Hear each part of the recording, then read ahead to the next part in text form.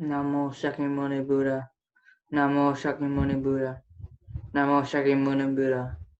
This is the story of Kassapa's relationship to the Buddha. The earlier account has already shown that there was a deep inner relationship between Kassapa and the Buddha. This relationship had its roots in their past lives. According to Jataka stories, Kassapa was connected with the Bodhisattva in 19 existences, frequently through a close family bond. No less than 6 times Kassapa had been the Bodhisattva's father. Twice he was his brother, and often his friend or teacher.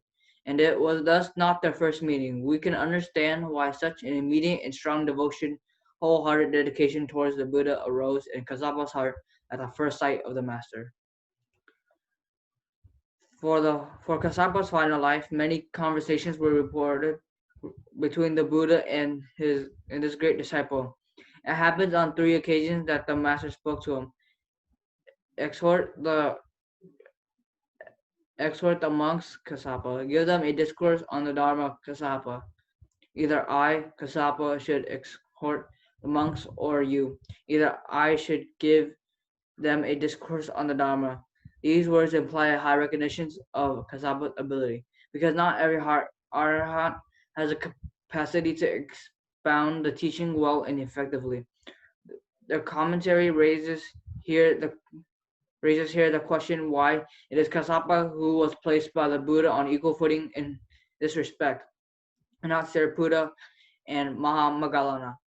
The Buddha did so, saying the commentary, because he knew that Sariputta and Mahamoggalana would not survive him, but Kassapa would. It could also be that both Sariputta and Maha were no longer living at that time. Though the Buddha had highly praised Kassapa's ability as an exponent of the Dharma, there were 3 occasions when Kassapa hesitated to instruct the monks after being asked by the Buddha to do so. He did not refuse because he wanted to avoid the effort and distraction of teaching, because he found that those particular young monks were unresponsive to his admon- admonitions. In the in in the first of the 3 instances, Kassapa said that it had now been difficult to speak to some of the monks. They were not amenable to advice, were intractable, and did not accept admonitions with respect. He had also heard that 2 monks boasted their skill in preaching, saying, "Come, let us see who will preach more profusely, more beautifully, and at greater length." When the Buddha was informed about this by Kassapa, he had these monks summoned and brought them back to reason, making making them give up their immature conceit. Hence, we can see that Kassapa's negative report turned out to be of benefit to those monks. It was not done just for criticizing others. On the second occasion, too, Kassapa did not wish to instruct monks who were not amenable to ab- admonishment, who lacked faith in the good, who lacked shame and fear of wrongdoing, who lacked energy and understanding as to the good. This was a statement in general about a certain section of the monk without reference of individuals.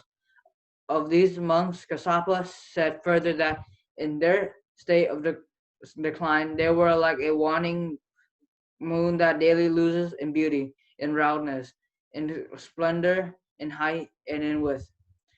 Also, on a third occasion, the Buddha had asked Kassapa to instruct the monks, and Kassapa expressed his reluctance for the same reason as before.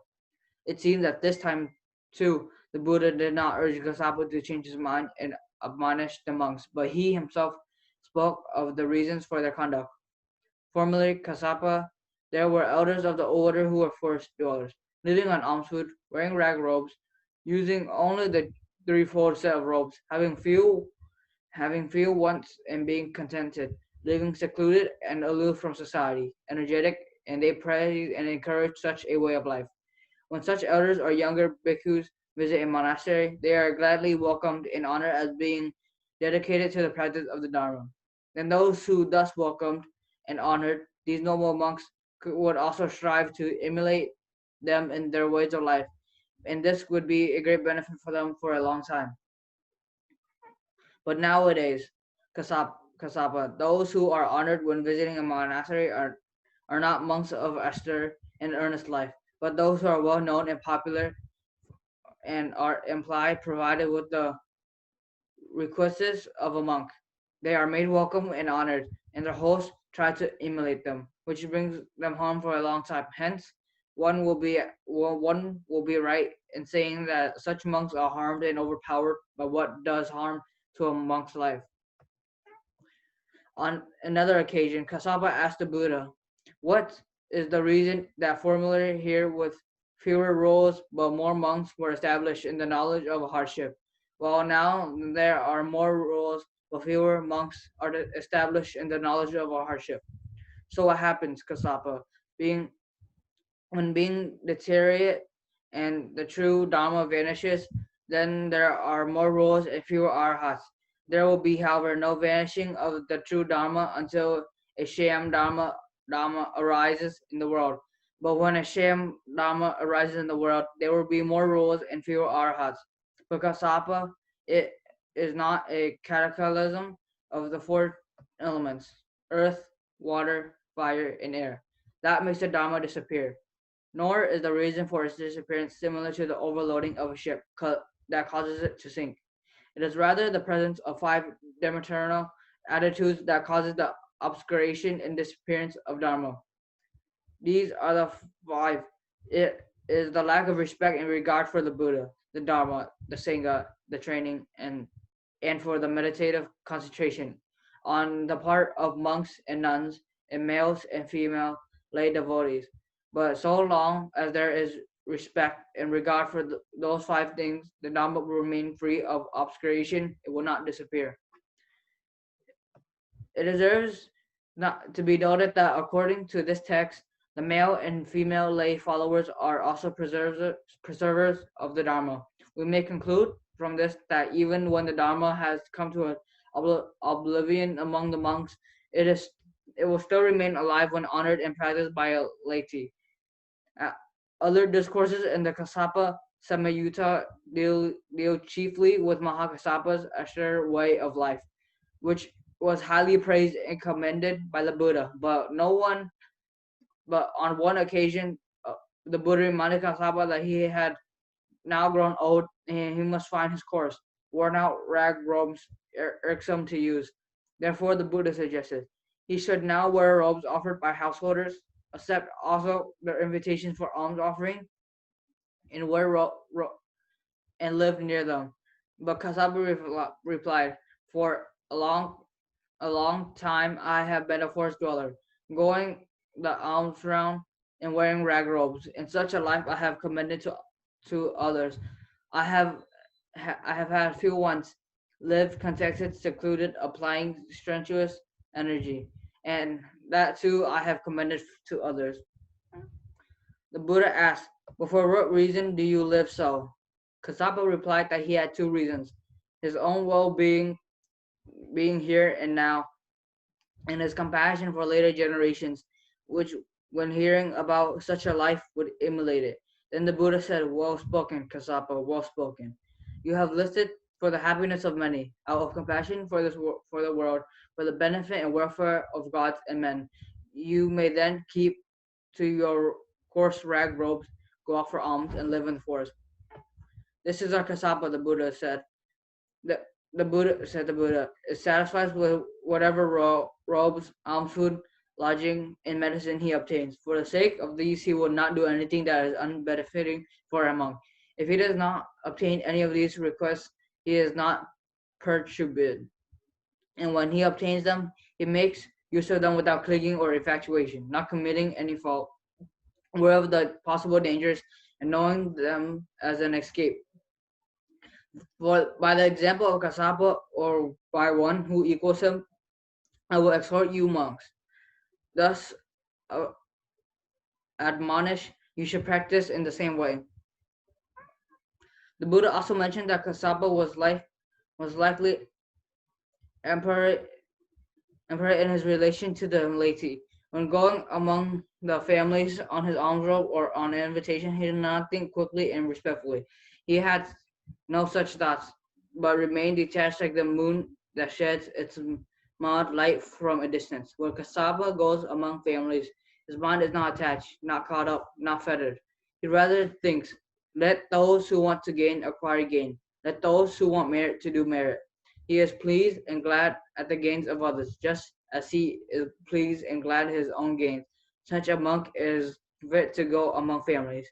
When he preaches the doctrine, he would not do so for the sake of personal recognition and praise, but for letting them know the teaching of the exalted one, so those who hear may accept it and practice accordingly. He will preach because of the excellence of the teaching, out of compassion and sympathy. But the strongest recognition of Mahakassapa achievement, the highest praise given him by the Buddha, may be found in a sutra where it is said that Mahakassapa could attain it at will.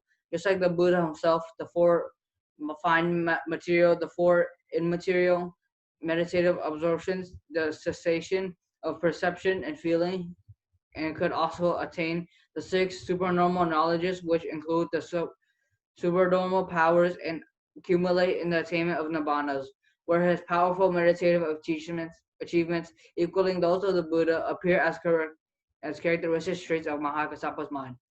It was because of that deep meditative calm that he could adopt himself unperturbed to all external situations and live as one of few once materially and socially.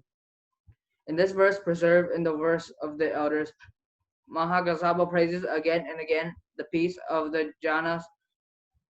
He was one who went from abundance to abundance. In his lay life, he had lived in abundance of wealth and harmony. As a monk, he dwelt in the abundance of jhanic experience, furthered by his former life in the Brahman world. While in some of the texts, he appears to be very severe. Those should not lead us to believe that he was harsh by nature. When he occasionally rebuked others in some words, he did so for pedagogical reasons, logical reasons in order to help them. This we shall see, especially when we deal with his relationship to Ananda. And the main story of this is about Kasava's relationship to the Buddha and his very past lives, where he was mostly his relative or family. In one life, he was his father, in another, he was his brother, in another life, he was his friend or either his teacher. And it also tells us about the doctrine of the elders. And this is the story of Kasapa's relationships to the Buddha.